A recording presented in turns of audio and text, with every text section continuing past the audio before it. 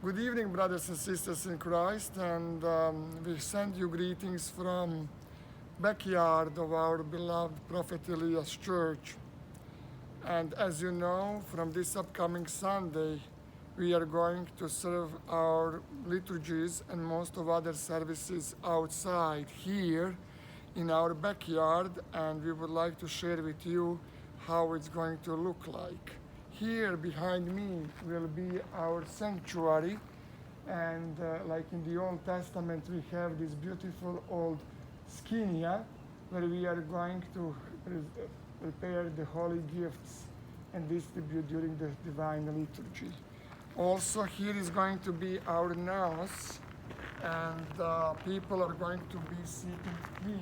We are only preparing, designing the spots, but also we prepare two tents and chairs for those who think that it's going to be too cold or too warm or too hot here in our backyard outside. But my brothers and sisters in Christ, we will follow the same regulations as we did following in our church during this pandemic challenges.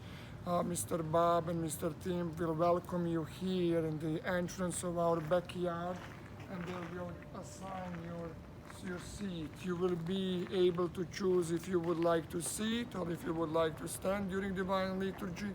I just would like to remind you that morning weather here in Santa Cruz can be foggy and can be cold, and it's good to have prepared clothes according to the weather.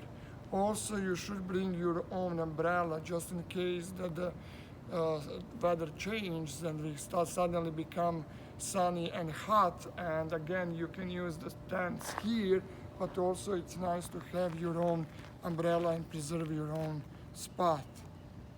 Well, many people would ask why we are doing here outside, why not in the church?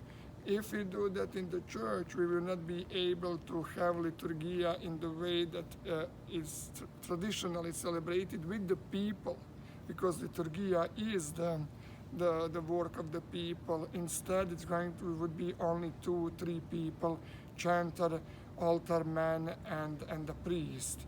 However, we are so blessed to have this beautiful backyard that we can serve here and consecrate the space and time here in our beloved Santa Cruz, because we designated one spot to be holy, like we did it here outside of our church. And from this designated spot, radiance of holiness and blessedness and sacredness goes all over our beloved town. Also, we will have opportunity to share the beauty of the divine liturgy with those who live in this city, because suddenly we have opportunity to that people can hear the beautiful hymns, because we are going to have speakers, and not only the people who attend here in our sacred space, but also those who walk around will be able to hear the beautiful hymns, and who knows, maybe will be just a opening or a touching moment in their hearts that they will affect their way of lives. Also, I would like to let you know that in the history of the church, not always Christians had beautiful churches that we were able to serve in, but many times, not only before the 3013 and before the Milan's edict, that they were serving in the catacombs and sacred spaces, but even after the Christianity became free religion in the Roman Empire. And to the history, there were times when the churches were destroyed by the earthquakes, by floods, or by the invasion of the enemies. There would be burned churches. I personally remember seeing burned churches, Orthodox churches, during the civil war in Bosnia when I was a child. And then when people come back to their villages, they start to clean their broken and destroyed houses.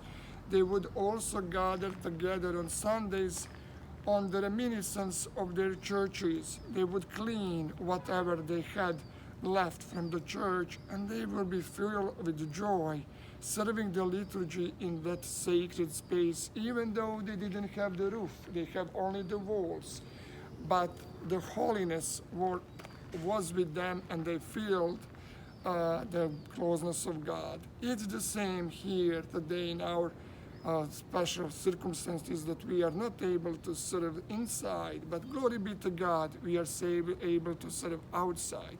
And again, as I said, maybe this is a good for the whole Santa Cruz, because this is opportunity for us, that people who would not come in the side of the church would be able, just passing by, our neighbors, our firefighters, all of the other people who would pass in the downtown will be able to hear the beautiful hymns. They will see that this mystery, that something mystical is happening here. And again, it can be the calling for them to change the way of their lives. Instead of seeing this as something negative, let us focus on this positive side of this opportunity to serve the liturgy outside, because again, this spot is going to be made holy.